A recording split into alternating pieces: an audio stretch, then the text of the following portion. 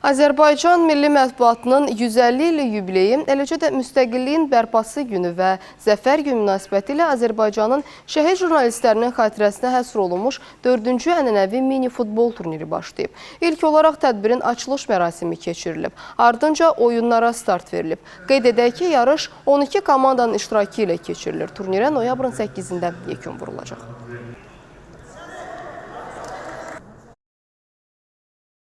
Turnirimizin məqsədi vətənpərvərlik ruhunun aşılanmasıdır.